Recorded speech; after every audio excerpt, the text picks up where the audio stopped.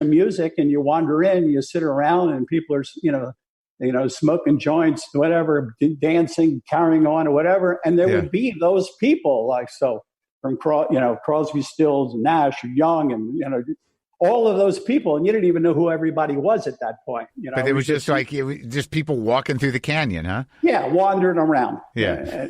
But backing up for a second, at the beach one day, George comes up to me and he says, down in Hermosa Beach, he said, "Look, my car broke down. I have to go up into Hollywood. And can I borrow your car, or you want to drive me?" And I said, "Okay." I hadn't been up to Hollywood yet. So, okay. So I drive him up there. We pull up to this building. And he says, "Come on in." I said, "Well, what are you going to do?" He said, "Well, I want to sign up for this. I want to check out this acting group." Yeah. I said, "Oh, no, please. George, I'm going to stay in the car here. I'm not going to, I'm not doing that." Yeah. He said, "Come in. I'll feel obligated. So come in." So I went in, and I'm watching it. It was interesting. They're doing exercises and things and little scene study things. And I was rather sort of fascinated by it. George signs up, writing back down. He says, "Why don't you join? Why don't you become part of the class? Then we can just, we can share rides. I'll drive. Sometimes you drive, because it's like an hour to get back there." Yeah. I said, "George, I don't want to do that." He said, "That'll be a kick. There's some good looking girls. Wow, it'll be fun, whatever." Yeah. Talks me into it. So now we go up and back. George starts getting bored, doesn't care to the class anymore. He doesn't want to go. Right. Okay, so now I'm going up and back by myself, and I'm saying, "George, for God's sakes, now I'm going, you're not involved in this." I said, "I think I'm going to move up into the Hollywood area because it's too far to keep going back and forth." So, I packed up and I moved out. Now, here's the thing. I try to explain to people, nowadays. Back then, when you moved, you lost contact with a person. Because there wasn't a phone, we didn't have phones, that we could, or if we moved, we didn't have that. So the telephone, we were always using telephone booths to call one another because, we were living on the cheap. And so I get involved in the acting class. I get more involved things. I'm doing stuff and spending all the time there. And there's a guy named Craig T. Nelson, and he's in the class, and we're hanging out, and we started doing some little improv things together.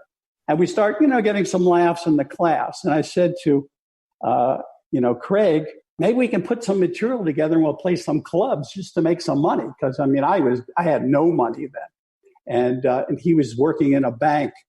And so we started to play some clubs, right? With the routine? We're putting team? we're like a comedy team. Yeah. But we didn't do jokes with one another because neither one of us knew how to do jokes. But we would literally do little scenes of things, and 3-4 minute pieces. And we started playing at the clubs in L.A. I didn't want to perform at all. Craig didn't want to do comedy. He wanted to be a legitimate actor, really, right. And so, but we were doing all that. And so at some point, we worked a few television shows together, and then eventually he wanted to focus on acting. And I continued to write and did comedy. And as I said, with Rudy DeLuca, we did comedy. I did Carol Burnett show and some other things. Then we went to work for Mel Brooks and did all of that. And so I just slowly began to move along until I finally ended up writing. Well, you figured out how to write jokes, clearly. No, I didn't really write them. I can only do it if it was really connected to character. Right. Some people can just go bang, they just a joke. Right bits. I can only do it as character within a situation. Yeah, I guess you probably learned how to hone that with because Carol Burnett was like that. Those shows were like that. Those variety shows, those sketches were, and some of those shows, like Carol Burnett specifically, had recurring characters. Every week in the sketches. Yeah, if something caught on, then we'd play it out. We used to do a lot of the sketches, and they were great because they really worked it. They didn't read off of cue cards. They learned the lines and they really performed it. How funny was Tim Conway, buddy? Conway was hysterical.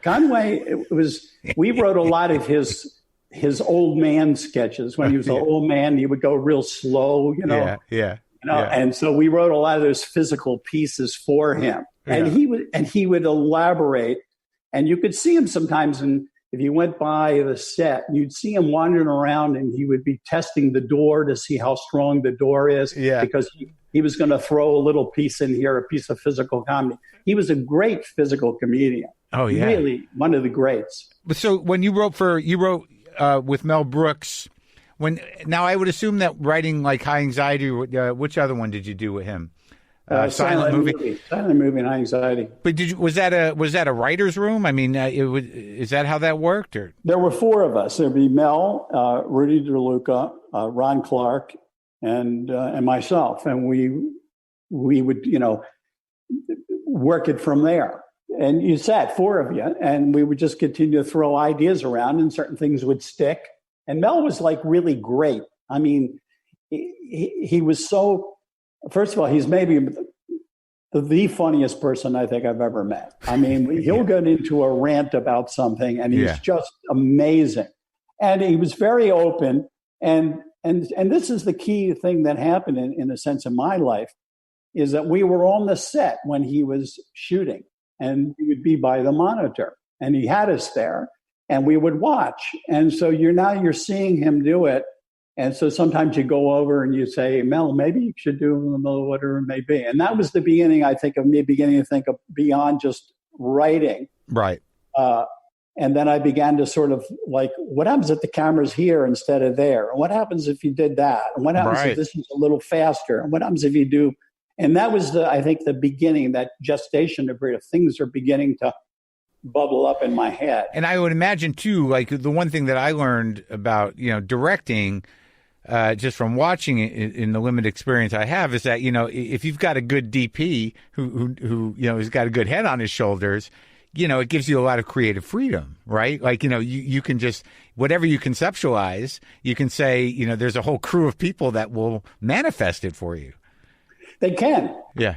If they're all in sync. Right. Because what happens is sometimes you'll have the cameraman who wants to put the camera here. Yeah. And you know that in a sense it's less dramatic, or whatever the decisions are. So sometimes you have to really connect with a camera person so that you're really in sync about how to handle it and the rhythms of all of it.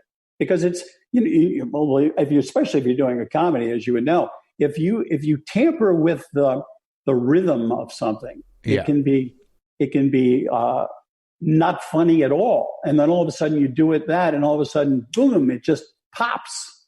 And so you have to protect the rhythm. When you have a couple of people doing something, you have to be able to support that rhythm. Well, I mean, that must have been good training to do the 2 Mel Brooks movies, or the 3 that you did. He was great.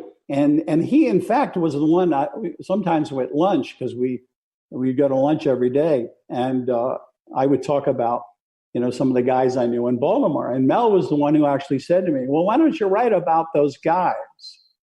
And in fact, he even said, Fellini's film, I Vita Alone. And he mentioned that as an example. And then eventually I ended up, doing Diner. But it was his encouragement, because I had all these ideas, but I hadn't thought of it in film terms. And so he was very instrumental. And you got to work with Harvey Korman again, so. But it was great. I mean, it was terrific. And just let me backtrack just to give you about how crazy things are in terms of life. I said that George was the one that got me to go to the acting class, and the acting class led to, meeting Craig, and then doing working clubs, and that led to this, and one thing, and the writing, et cetera, et cetera. And so someone said to me after I'd done a bunch of things, and they said, well, and I said, George was very responsible for me in my career, because he was the one who said, hey, why don't we go up to Hollywood? And they said, so what happened to George? I said, I never saw him again from 1968. And they said, well, what happened to him? And I said, I don't know. I don't know what happened to him, but he was instrumental in that first step. Now I go to a movie. Yeah. In 2000 with my wife. Go to see the movie Blow, right? Yeah. Johnny Depp in the film. And it starts, says, 1968, Santa Monica, the beach, and I hear George, Georgia. And then I hear the name George Young. I go, George Young, And then if you watch the film, this character becomes the largest cocaine dealer in North America. And I turned to my wife. I said, "That's George. That's George." She says, "What are you talking about? The George I've always mentioned to you that I got started, George." So I ended up getting into this. George ends up becoming the largest cocaine dealer in North America, ultimately went to prison, etc. That's what the movie's all about, right? So now here's what's crazy. Yeah. He got out of prison and I called him.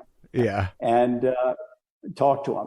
And he said, "I got to tell you one thing that's crazy." He said, "You always used to say to me, when I was, smoking, dope and stuff and selling little baggies, et cetera." He said, "George, you got to stop with that shit. You're going to get in trouble one day." And he said, "You kept always fucking carrying on about that, And he said, so anyway, finally I get arrested.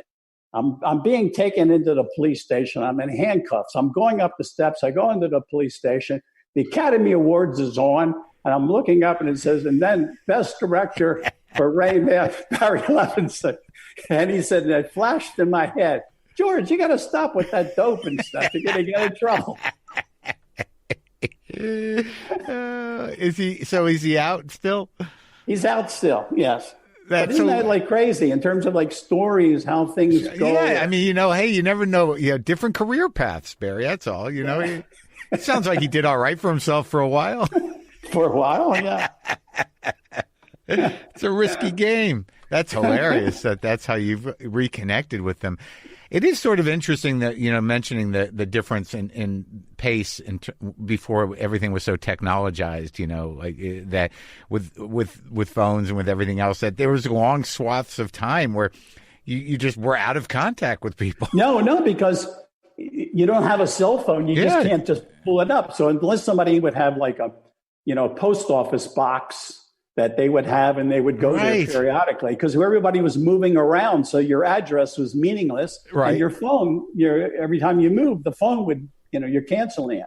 Yeah. And so it was very hard to stay connected. Sure. Except by wandering around and running into one another. Yeah. And meeting with people. So Mel inspired you to kind of flesh out that story, but clearly you had you like to write, or it's like, for me, when I was reading over some of the stuff about you, I mean, the fact that in the middle of everything else, at some point you wrote a novel too. I'm like, Jesus Christ, this guy really must love it, because I can't stand it. To me, it's such a fucking chore. Even my own show, I didn't like writing.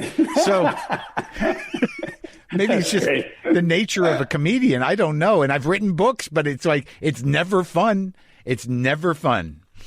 But I don't, to be honest with you, because I was such a bad student in school. Yeah. I mean, so I would literally fail almost, all the time, because I couldn't pay attention in the class. I always thought everything was going in slow motion. So I would fail. So I never thought of myself as being able to really do anything on an academic level at all. Yeah. And writing never occurred to me either. It because whenever I had to write a paper, I used to get, failing grades all the time. So I never knew that I could write. And I thought, well, isn't this any good? As an example, and this is like, I think about the educational system that I sometimes really worry about. I had to write a book report, and I did, Catcher in the Rye. Okay. Yeah. So I wrote the book report as if I was Holden Caulfield. Yeah. And I said, I really don't like to write book reports. So I guess, but if I have to write a book report, I will. But, it's not something that I really am interested in, blah, blah, blah. And that's how I did the book report. And, of course, I got a failing grade from it.